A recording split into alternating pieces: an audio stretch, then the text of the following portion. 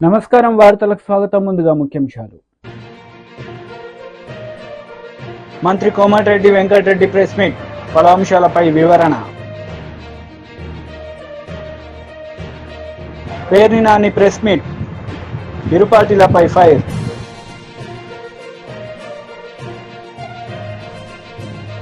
మంత్రి Komatireddy Venkatareddy press meet నిర్వహించారు. ఈ సందర్భంగా పలు అంశాలపై ఆయన మాట్లాడారు.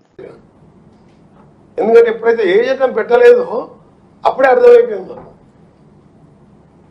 కవిత బెయిల్ కోసం వాదించింది సింఘ్వీకి ఇప్పుడు రాజ్యసభ ఇచ్చింది కాంగ్రెస్ టిఆర్ఎస్ కలిసి ఆయనకు రాజ్యసభ సీట్ ఇచ్చారని చెప్పేసి రాజ్యసభ సీటు నిర్ణయించినాము. మధ్యలో ఆయన రాజ్యసభ లేడు, అడ్వకేట్ గా ఆయన డ్యూటీ ఆయన చేసుకుంటుండు. ఆయన ఫీజు 1 కోట్లో 2 కోట్లో మాకు తెలియదు, ఫీజు ఇస్తే పోయి ఉండొచ్చు. అదే పెద్ద విషయం.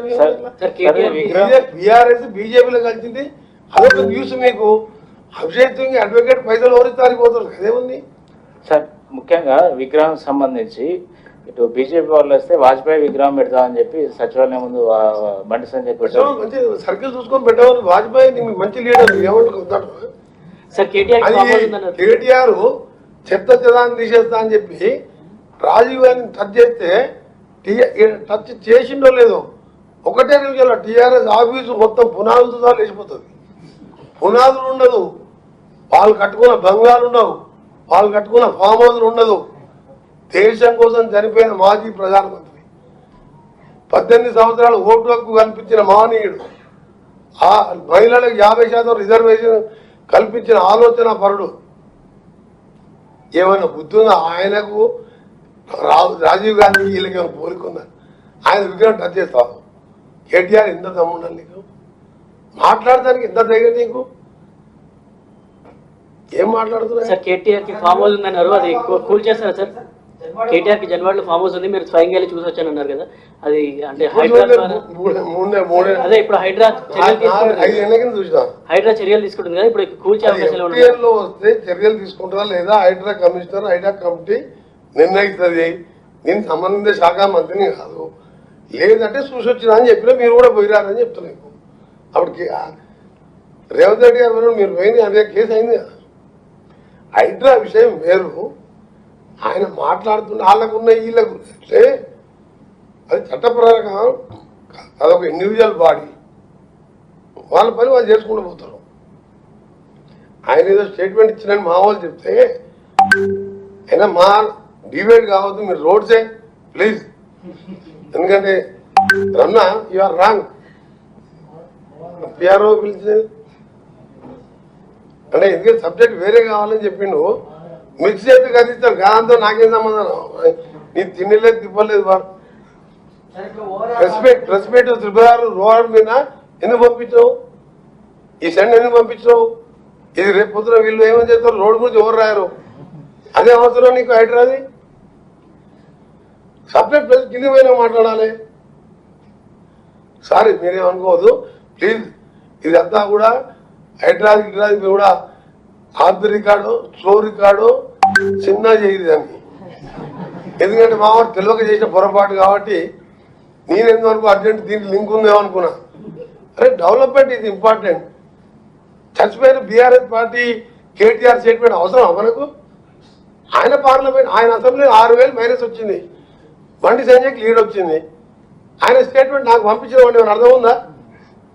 ఆయన జీవితంలో సర్పంచ్ అవుతాడా, ఎమ్మెల్యే అవుతాడా? కమ్మర్ కేటీఆర్ని అన్నది నా టైం వేస్ట్ చేసి మంచి సబ్జెక్టు 6 రోడ్లు వేసుకొని మనుషుల ప్రాణాలు కాపాడాలి. మనం చచ్చిపోయిన పార్టీ గురించి మాట్లాడితే ఏమొస్తుంది? ప్రజలను తాగకుండా చూసుకోవాలి. ధర్నాలు ఏ ధర్నాలనే 1000 మంది ఉంటే గతంలో ఒకసారి పిలిపిస్తే చూసిన లెక్క పెట్టాను అనుకోండి, 6 వచ్చాను. ఏ ధర్నాలన్న రాష్ట్రంలో 1000 మంది కంటే ఎక్కువ ఉన్నట్టు మీ విజువల్ చూపించండి, నేను ఒప్పుకుంటాను. ధరణి పేరు మీద 1,00,000 ఎకరాలు తింటుంది, కాళేశ్వరం పేరు మీద 7 లక్షల కోట్ల పాలమూరు దోసుక తింటుంది. కర్తిరి కూలిపోయా, సుంకేష్లో కూలిపోయా, అన్నీ అయిపోయా. ఇంకా ధర్నా చేసి ఏం చేస్తాం? టీడీపీ పోలిట్ బ్యూరో సభ్యులు వర్ల రామయ్య మీడియా సమావేశం నిర్వహించారు. ఈ సందర్భంగా సీఎం జగన్ రెడ్డిపై మండిపడ్డారు. నా మీద విచారణ చేయండి అని అడగలేము సార్.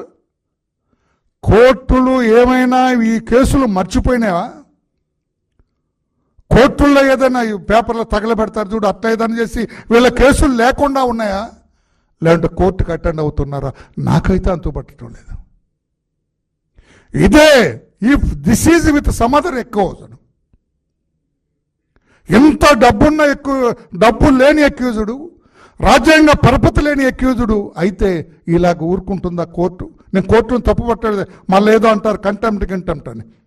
నేను కోర్టును తప్పు పట్టట్లేదు, నాకు సమాధానం కావాలని చెప్పి నేను అడుగుతున్నా.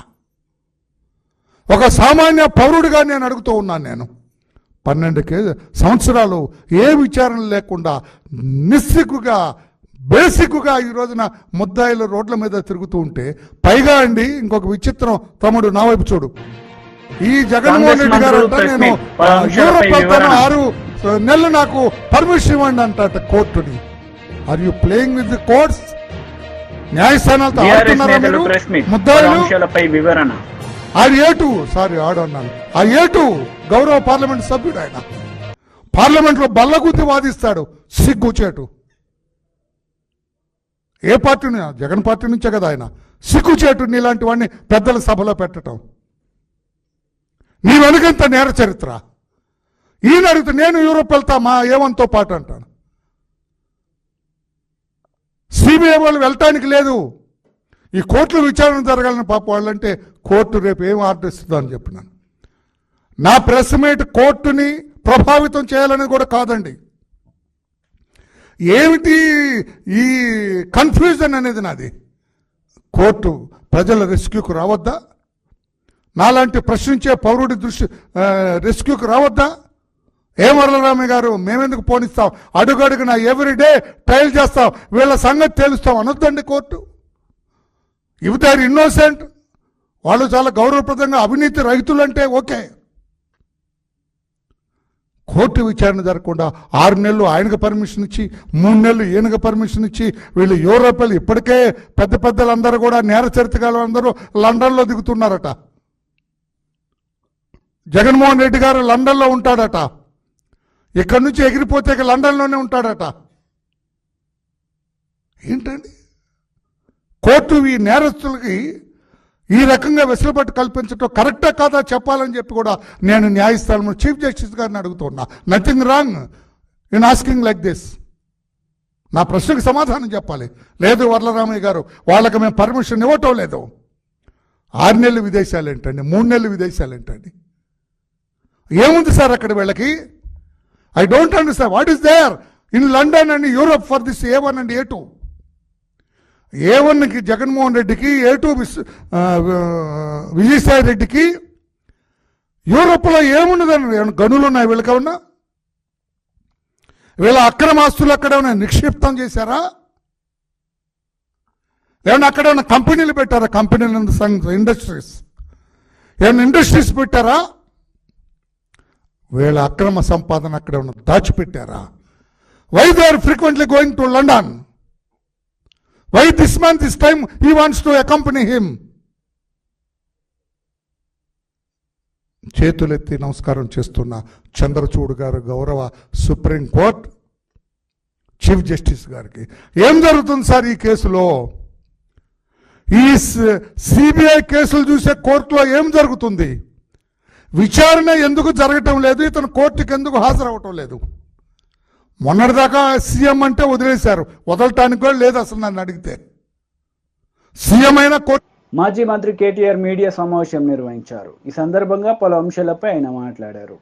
ఒకవేళ అక్కడ విగ్రహం లేకపోతే మీ మండల కేంద్రాల్లో తప్పకుండా ఒక ఫ్లెక్సీ అన్న పెట్టి తెలంగాణ తల్లిది, ఆ తల్లికి పాలాభిషేకం చేసి ఈ మూర్ఖుడిని క్షమించమని కోరి దయచేసి నిరసనలకు ఉపక్రమించమని చెప్పి మా నాయకులకు, మా కార్యకర్తలకు నేను విజ్ఞప్తి చేస్తా ఉన్నా. మా డిమాండ్ ఒకటే, ఈ డ్రామాలు నడవవు. ఇదేదైతే మాటల గారడితో ఈరోజు రైతులను మోసం చేసే ప్రయత్నం చేస్తూ ఉన్నారో ఇది నడవదు. బీఆర్ఎస్ ఉన్నంత కాలం మేము భారత రాష్ట్ర సమితి మాత్రమే కాదు, భారత రైతు సమితి కూడా తప్పకుండా రైతుల పక్షాన మేము తప్పకుండా ఒకటే డిమాండ్ పెడతా ఉన్నాం. ఏ ఆంక్షలు లేకుండా రుణమాఫీ చేయాలి. అది ఎప్పటి లోపల చేస్తారో డేట్ కూడా చెప్పాలి. ఎందుకంటే ఇప్పటికే 2 సార్లు తప్పిన మీరు. డిసెంబర్ 9 అన్నారు, మాట తప్పారు. 15 ఆగస్టు అన్నారు, మాట తప్పారు. మీ డిప్యూటీ సీఎంఏ చెప్తా ఉన్నాడు 7,500 కోట్లు మాత్రమే రైతుల ఖాతాల్లో పడ్డాయని డిప్యూటీ సీఎం ఫైనాన్స్ మినిస్టరే స్వయంగా ఒప్పుకున్న పరిస్థితి, కన్ఫెషన్ స్టేట్మెంట్ ఇచ్చిన పరిస్థితి. కాబట్టి ఎప్పటి లోపల మీరు రుణమాఫీ పూర్తిగా చేస్తారు, ఎప్పటి లోపల మీరు ఈ ప్రాసెస్ కంప్లీట్ చేస్తారు, ఆంక్షలు లేకుండా. ఈ మాట ఎందుకంటా ఉన్నా అంటే, మేము ప్రభుత్వంలో ఉన్ననాడు మేము రైతుల పట్ల మా ఆలోచన విధానం ఒకటే. కొత్తగా ఏర్పడ్డ రాష్ట్రంలో వ్యవసాయంలో సంక్షోభం ఉండొద్దు. తెలంగాణ రైతులు దశాబ్దాల పాటు కోరుకున్నది తెలంగాణ వస్తే మా బతుకు బాగుపడుతుందని కోరుకున్నారు. వ్యవసాయ స్థిరీకరణ జరగాలి, వ్యవసాయం స్థిరంగా మారాలి, దృఢంగా మారాలి, బలోపేతం కావాలి, రైతు కుటుంబం సంతోషంగా ఉండాలన్న ఉద్దేశంతో ఒకటి కాదు చాలా నిర్ణయాలు తీసుకున్నాం. నీటి తీరువ మొత్తం రద్దు చేసినాం, నీళ్లు పుష్కలంగా ఇచ్చాం. అది చెరువులు కావచ్చు, చెక్ డ్యామ్లు కావచ్చు, చిన్న చిన్న కుంటలు కావచ్చు, భూగర్భ జలాలను పైకి తెచ్చే ప్రయత్నం కావచ్చు, మేజర్ రిజర్వాయర్లు కావచ్చు, మేజర్ ప్రాజెక్టులు కావచ్చు, సమాంతరంగా ఏకకాలంలో ఇట్లాంటి కార్యక్రమాలు చేశాం. రైతుకు పెట్టుబడి ఇచ్చినాం. 72,000 కోట్ల రూపాయల పెట్టుబడి రైతుకు అందించిన మొట్టమొదటి ప్రభుత్వం స్వాతంత్ర భారతదేశ చరిత్రలో రైతు బంధు పథకం ద్వారా కేసీఆర్ గారి ప్రభుత్వం. అదేవిధంగా 2 దఫాలుగా రుణమాఫీ చేశాం. 9.5 ఏళ్లలో దాదాపు 30,000 కోట్ల రూపాయల రుణం కూడా మాఫీ చేసినాం. అదే మాదిరిగా రైతులకు సకాలంలో విత్తనాలు ఇచ్చినాం. కరోనా లాంటి సంక్షోభ సమయంలో కూడా ఊరూరికి కొనుగోలు కేంద్రాలు పెట్టి బ్రహ్మాండంగా రైతుల్లో ఒక భరోసా నింపినాం. అదేవిధంగా 24 లక్షలు వస్తుండేనండి మొత్తం ప్రొక్యూర్మెంట్ FCI నుంచి. మనకు వచ్చే అలాట్మెంటు 20 లక్షలు అంతుంటుండే 2014లో. ఈరోజు అదే ఫుడ్ కార్పొరేషన్ ఆఫ్ ఇండియా మేము దిగిపోయే నాటికి దాదాపు 80-85 లక్షల అలాట్మెంట్ ఇచ్చే స్థాయికి తెలంగాణను తీసుకొచ్చింది కేసీఆర్ ప్రభుత్వం. మేము చెప్పడం కాదు, NCRB డేటా ప్రకారం, national crime records bureau data ప్రకారం భారతదేశంలోనే సూసైడ్స్, రైతుల ఆత్మహత్యలు ఎక్కడ తగ్గినాయి అంటే తెలంగాణ అని చెప్పి పార్లమెంట్లో కేంద్ర ప్రభుత్వమే స్వయంగా చెప్పిన పరిస్థితి, పత్రికలు రాసిన పరిస్థితి. This is what we have done. రైతుకి ఏం చేసిండు కేసీఆర్ అంటే, 10 ఏళ్లలో భరోసా నింపిండు, వ్యవసాయ విస్తరణ చేసిండు, మొత్తంగా రైతుకు పెట్టుబడి ఇచ్చి, కడుపు నిండా కరెంట్ ఇచ్చి, ఫ్రీగా నీళ్ళు ఇచ్చి, నీటి తీరువ రద్దు చేసి, భూమి శిస్తు రద్దు చేసి, ఇవన్నీ కూడా తీసేసి రైతులో ఒక భరోసా నింపి, చెరువులు కుంటలు ఎప్పటికప్పుడు నింపేది మేము. ఒక పద్ధతి ప్రకారం, ఒక వ్యూహం ప్రకారం వ్యవసాయ స్థిరీకరణ వైపు మరి ముందుకు పోయినాం. కాబట్టే ఇలా తెలంగాణ రైతు మేము దిగిపోయినాడు బాగుండే. కానీ మీరు ఏం చేస్తున్నారు ఈరోజు? ఆంక్షలతో. మీరు ఒక మాట అంటా ఉన్నారు, వ్యవసాయ స్థిరీకరణ చేసే క్రమంలో మేము చూడలేదు. రైతు పెద్దవాడా, చిన్నవాడా, రైతు ఉద్యోగ, ITPIయా, మేము చూడలే అవన్నీ. తెలంగాణ రైతు ఎవరైనా రైతే. ఎందుకంటే రైతు కింద మళ్ళీ రైతు కూలీలు ఉంటారు, ఆయన చుట్టూ ఆధారపడ్డ ఒక ఈకోసిస్టమ్ ఉంటుంది. వాళ్ళందరూ బాగుండాలంటే చిన్న పెద్ద అని కటింగ్లు పెట్టాలి, కొర్రీలు పెట్టాలి, ఆంక్షలు పెట్టాలని మేము చూడకుండా రైతును రైతుగా చూసి వ్యవసాయ స్థిరీకరణనే లక్ష్యంగా బొత్స సత్యనారాయణ మీడియా సమావేశం నిర్వహించారు. ఈ సందర్భంగా పలు అంశాలపై ఆయన మాట్లాడారు. మండలిలో వచ్చారా లేదా ఇది సమస్య కాదు.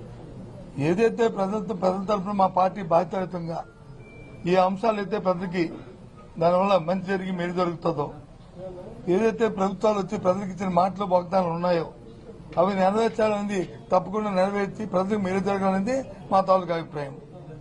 ఎవరి మీద బురద జల్లాలని, ఎవరి మీద రాయిస్తాలని, అది చూసి ఆనందించాలనేది మా అభ్యంతరం కాదు. బాధ్యతాయుతంగా ప్రజల పక్షాన, ప్రజల గొంతుగా నిలబడి ఇవాళ మండలిలో మా పార్టీ తాలూకా వాడిని, మా పార్టీ అభిప్రాయాన్ని, విధానాన్ని, అలాగే ప్రజల తరఫున పడుతున్న ఏమైనా ఇబ్బందులు వస్తే ఆ ఇబ్బందులకి ప్రజల దృష్టికి సభ ద్వారా ప్రభుత్వం దృష్టి తీసుకొచ్చి దాన్ని సఫలీకృతం చేయడానికి మా వంతు ప్రయత్నం చేస్తాం. ఏదండి గొంతుని వినిపిస్తారు? ఎన్నాళ్ళైంది శాసనసభ స్టార్ట్ అయ్యి? ఎన్నాళ్ళైంది? ఇంకా ఓ సభ అయింది. ఆ సభ అప్పుడే మీరు ఆ నిర్ణయానికి వస్తారుగా. ఇప్పుడు 3 నెలలు అయింది, 75 రోజు, ఇది 75వ రోజు అనుకుంటాను. మరి ఇప్పుడు ప్రజెంట్ ప్రభుత్వం ఎన్నో వాగ్దానాలు చేసింది, ఎందుకు చేయలేదు అంటే దానికి అర్థం ఉందా? Take time, give time, you will see.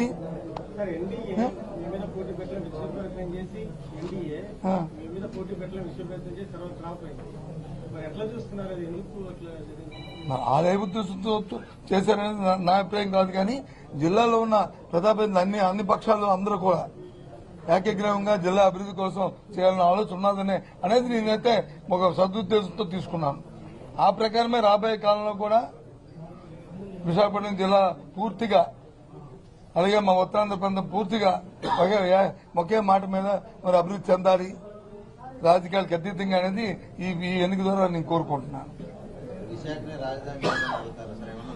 ఏదమ్మా మా పార్టీ విధానాన్ని మేము ఎందుకు వదులుకుంటాం? అది మళ్ళీ దీని మీద మళ్ళీ చర్చించుకుంటాం. మాది ఈ క్షణం కింద అదే విధానం, అది కొనసాగిస్తాం అనేది మా పార్టీ నిర్ణయం చేసుకున్న తర్వాత మళ్ళీ మీకు చెప్తాను. నేను అది మా అధ్యక్షుడు చెప్తారు, లేకపోతే నేను చెప్తాను, లేదా మా పార్టీ ఫోరం మీద చెప్తాము, లేదా మా పార్టీ నాయకులు చెప్తారు, మా స్పోక్స్ చెప్తారు, ఎవరైనా సరే అవి చెప్తాము. ప్రతి పార్టీకి విధానాలు ఉంటాయి. ఆ విధానం ద్వారా పార్టీలు ముందుకెళ్తాయి. దాని ప్రకారం వెళ్తాము. అంతేగాని ఇది లేదు, అది ఉంది, ఇది లేదు కాదు. ఒకసారి అప్ అండ్ డౌన్స్ వస్తాయి, రాత్రి వస్తుంది, పగలు వస్తుంది, అలాగే పగలు రాత్రి అవుద్ది, ఆ రకంగా ఉంటాయి.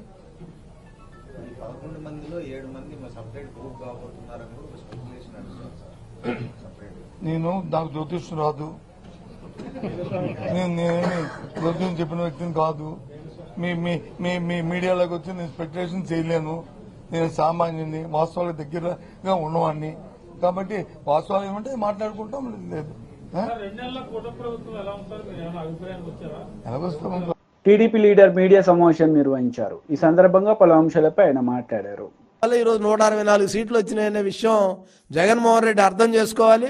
దాంతోపాటు ఆర్కే కానీ జగన్మోహన్ రెడ్డికి కానీ ఈ కోర్టులకు కానీ లేదంటే వీళ్ళకి కనీసం కోర్టు మెట్లు ఎక్కే అర్హత లేకుండా ఒక నేరస్తుడు ఇంకో నేరం గురించో లేకపోతే నేరం జరిగిందని అపోహలు కల్పించే విధంగా చేసేదాన్ని ఆ నేరస్తుడికి అసలు అవకాశం ఇవ్వకూడదు. ఈ పాటికే, ఎందుకంటే లండన్ పోవడానికి కూడా ఈరోజు పర్మిషన్ పెట్టుకొని బతికేటటువంటి వ్యక్తి కోర్టుకు వెళ్ళి ఇతరుల మీద ఆరోపణలు ఎలా చేస్తాడనేది కూడా న్యాయస్థానాలు ఆలోచించి ఇలాంటి వ్యక్తి కోర్టు మెట్టు ఎక్కకుండా ఉండాలి. అతనే అవినీతి పరుడు, ఇంకోళ్ళ గురించి మాట్లాడే అవకాశం లేకుండా చేయాల్సినటువంటి అవసరం ఉంది. దాంతోపాటుగా చంద్రబాబు నాయుడు గారు ఈ రాష్ట్రంలో అభివృద్ధి ఏ విధంగా జరగాలని ఆయన ఆలోచన చేస్తూ ఉన్నారు. రేపు కూడా శ్రీ సిటీలో శంకుస్థాపన కార్యక్రమాలు చేయబోతా ఉన్నారు. అదేవిధంగా ఈ రాష్ట్రంలో యువతకు ఉపాధి అవకాశాలు కల్పించడానికి చంద్రబాబు నాయుడు గారు ప్రయత్నం చేస్తూ ఉన్నారు. ఈ రాష్ట్ర అభివృద్ధి, ఎందుకంటే ఈ 5 సంవత్సరాల్లో ప్రత్యేకంగా చెప్పాలంటే మద్యం మీద కానీ ఇంకొక 25 సంవత్సరాల వరకు కూడా మద్యపాన నిషేధం మీద ఎవరు కూడా ఆలోచన చేసే సాహసం చేయని విధంగా జగన్మోహన్ రెడ్డి చేశాడు. ఆయన నవరత్నాల్లో మద్యపాన నిషేధం అనేది చివరికి లేకుండా పోయినటువంటి పరిస్థితి. ఈరోజు అధికారంలోకి వచ్చిన మాకు కూడా ఏమి చేయడానికి అవకాశం లేకుండా 25 సంవత్సరాలు తాకట్టు పెట్టినటువంటి వ్యక్తి. మేము చేయగలిగింది ఏంటంటే నాణ్యమైన, ఎందుకంటే నాసిరకం కానీ ఇప్పుడు మనం చూసాం తెలంగాణలో 1000 రూపాయలకు కొంటా ఉంటే ఆంధ్రాలో 1600 రూపాయలకు కొంటున్నారంట. ఆ 600 రూపాయలు ఏ అధికారి జేబులోకి వెళ్ళాయి, ఏ జగన్మోహన్ రెడ్డి తాబేదారులకు వెళ్ళాయి, ఏ ఉండవల్లి ప్యాలెస్కి వెళ్ళాయి అనేది కూడా త్వరలోనే లెక్కదేళ్తా ఉంది. ఇవన్నిటిని కూడా దృష్టిలో పెట్టుకొని చంద్రబాబు నాయుడు గారిని వేధించడం మానేసి నీకేదన్నా కొంచెం సిగ్గు శరం అనేది ఉంటే, ఎందుకంటే ఈ రాష్ట్రంలో 11 సీట్లు పరిమితమైనటువంటి వ్యక్తివి, ఈ రాష్ట్ర అభివృద్ధి కోసం ఏమైనా సూచనలు సలహాలు ఇవ్వాలంటే అసెంబ్లీకి రండి. అదేవిధంగా ఈరోజు ఏదైతే 10% ఉంటేనే ప్రతిపక్ష హోదా వస్తుంది అనుకుంటే ఆ 10% ఎలా తెచ్చుకోవాలనే దానికి ప్రయత్నం చేయండి తప్ప ఇలాంటి చౌకబారు ఎత్తుగడలతో, చౌకబారు విధానాలతో జగన్మోహన్ రెడ్డి పబ్బం గడుపుకొని ప్రజలను ఏదో మాయలో పెట్టి, జగన్మోహన్ రెడ్డి ప్రజలను ఏదో తప్పుదోవ పెట్టించి ఈ రాష్ట్రంలో ఏదో జరుగుతుందని ఒక భ్రమలు కల్పించొద్దని మనవి చేస్తూ ఉన్నాం. దాంతోపాటుగా జగన్మోహన్ రెడ్డికి ఒకటే మనవి చేసేది, జగన్మోహన్ రెడ్డి గారు మీరు మీ అమ్మాయి దగ్గరికి ఎలా వెళ్ళడానికి పర్మిషన్ కావాలో అది అప్టైన్ చేయండి, ఏ విధంగా వెళ్ళాలో దాని గురించి ఆలోచన చేయండి తప్ప ఈ రాష్ట్రంలో ప్రజలు సుభిక్షంగా ఉన్నారు, సంతోషంగా ఉన్నారు. ఏదైతే ఈ కూటమి అధికారంలోకి వచ్చిన తర్వాత ప్రజలకు ఏం కావాలో వాళ్ళందరూ కూడా తెచ్చుకుంటా ఉన్నారు. ఈ ప్రభుత్వం కూడా వాడికి ఇదోధికంగా ఏ విధంగా చేయాలనే దాని మీద ఆలోచన చేస్తూ అమలు చేస్తూ ఉంది. దయచేసి మీరు ఆ విధానాలు వీడి ప్రభుత్వాన్ని సహకరించవలసిందిగా, ప్రభుత్వానికి మేలు చేసే అంశాల్లో సలహాలు సూచనలు ఇవ్వాల్సిందిగా వైసీపీ లీడర్ పేర్నినాని మీడియా సమావేశం నిర్వహించారు. ఈ సందర్భంగా పలు అంశాలపై ఆయన మాట్లాడారు. సీఎంగా ఉన్నప్పుడు ముఖ్యమంత్రి కార్యాలయంలో ఏ డిపార్ట్మెంట్ చూస్తుంది? జిఐడి డిపార్ట్మెంట్ చూస్తుంది అక్కడ ఉన్నటువంటి బాగోగులన్నీ కూడా. మరి వాళ్ళు జిఐడి చంద్రబాబు నాయుడు దగ్గర ఉంది కదా, కింద చంద్రబాబు నాయుడు పేరు రాసుకోవాలి, లేదా జిఐడి రాసుకోవాలి కదా. 3,62,00,000 రూపాయలతో అని ఈడెవడో పెడతాడు. వీళ్ళకి అంటే కింద తెలుగుదేశం పార్టీ అని దమ్ము లేదు, జిఐడి డిపార్ట్మెంట్ పేరు రాసుకునే దమ్ము కూడా వీళ్ళకి లేదు. ఈడెవడో పెడతాడు 18 లక్షల పఫ్ఫులు తిన్నారు, రోజుకి 933 పఫ్ఫులు తిన్నారు, టోటల్గా 5 ఏళ్లలో 18 లక్షల పఫ్ఫులు తిన్నారంట. నేను తెలుగుదేశం పార్టీని దాని జాతీయ అధ్యక్షుడు నారా చంద్రబాబు నాయుడు, ఎవరైతే జిఏడి శాఖకి మంత్రిగా ఉన్నటువంటి ఆ మంత్రిత్వ శాఖను చూస్తున్నటువంటి చంద్రబాబు నాయుడు గారిని ఛాలెంజ్ చేస్తున్నా. మీ జీతగాళ్లతో ఇట్లాంటి తప్పుడు ప్రచారాలు చేసే బదులు చేసే కంటే కూడా మిమ్మల్ని ఛాలెంజ్ చేస్తున్నా. ఆ శాఖ మంత్రి కూడా మీరే కాబట్టి, ఎస్ మీ దగ్గర ఇదే నిజమైతే రండి బయట పెట్టండి. మీ పొద్దులు మీ దగ్గర ఉంటాయి కదా. 3 కోట్ల రూపాయలతో పఫ్ఫులు తిన్నారని చెప్పని జగన్మోహన్ రెడ్డి గారి సీఎం పేషీలో 5 ఏళ్లలో 3 కోట్ల రూపాయలు పఫ్ఫులు తిన్నారని మీరు బయట పెట్టండి. ఎగ్ పఫ్ఫులు తిన్నారు. మీలో నిజాయితీ ఉంటే, మీలో చిత్తశుద్ధి ఉంటే, నిజంగా చిత్తశుద్ధితో కూడినటువంటి నీతివంతమైన రాజకీయాలు మీరు చేస్తుంటే ఈ తప్పుడు వార్తలు కాదు. నువ్వు జిఐడి మంత్రి హోదాలో ఒక్క ఆధారం అన్నా, మేము 5 ఏళ్ళు ముఖ్యమంత్రి గారు తిరిగాం, పఫ్ అనేది మేము ఎప్పుడు చూడాల. స్నాక్స్ అంటే ఏమన్నా మిక్చరో లేదా అవి పెడతారు, స్వీట్ పెడతారు, కాఫీ ఇస్తారు, టీ ఇస్తారు. ఎగ్ పఫ్లు అంటే చెప్పేదానికి అర్థం ఉండాలి కదా. ఇదేమన్నా మీ ప్రభుత్వమా?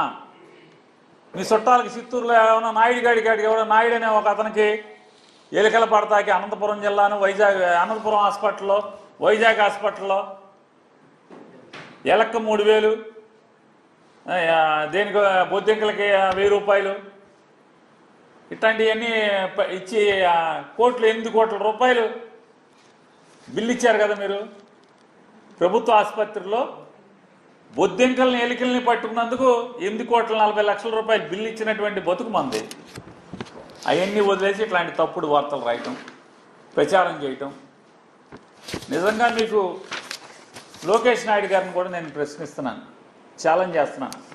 వీటి మీద పెట్టే దృష్టి, మీరు ఇట్లాంటి తప్పుడు వార్తలను ప్రచారం చేసేటటువంటి దాని మీద పెట్టే దృష్టి మీరు, మీ ప్రభుత్వం, మీ పార్టీ. లోకేష్ నాయుడు గారు ఎన్నికల ముందు టమాటా రైతుల్ని దత్తత తీసుకుంటా అని చెప్పి పెద్ద పెద్ద వాగ్దానాలు ఇచ్చారు మీరు యువకాలంలో. టమాటా రైతుల్ని దత్తత తీసుకుంటానని చెప్పని రాయలసీమలో ఇవాళ టమాటా రైతులు అలోలక్షణాన్ని ఏడుస్తున్నారు. లారీలు టమాటాలు రోడ్ల మీద పోస్తున్నారు. ఆ రోజు ఏం మాట్లాడారు లోకేష్ నాయుడు గారు యువకాలంలో? వార్తలు ముగించే ముందు ముఖ్యాంశాలు మరోసారి. మంత్రి కోమటిరెడ్డి వెంకటరెడ్డి ప్రెస్ మీట్, పలు అంశాలపై వివరణ. పేర్ని నాని ప్రెస్ మీట్, ఇరు పార్టీలపై ఫైర్.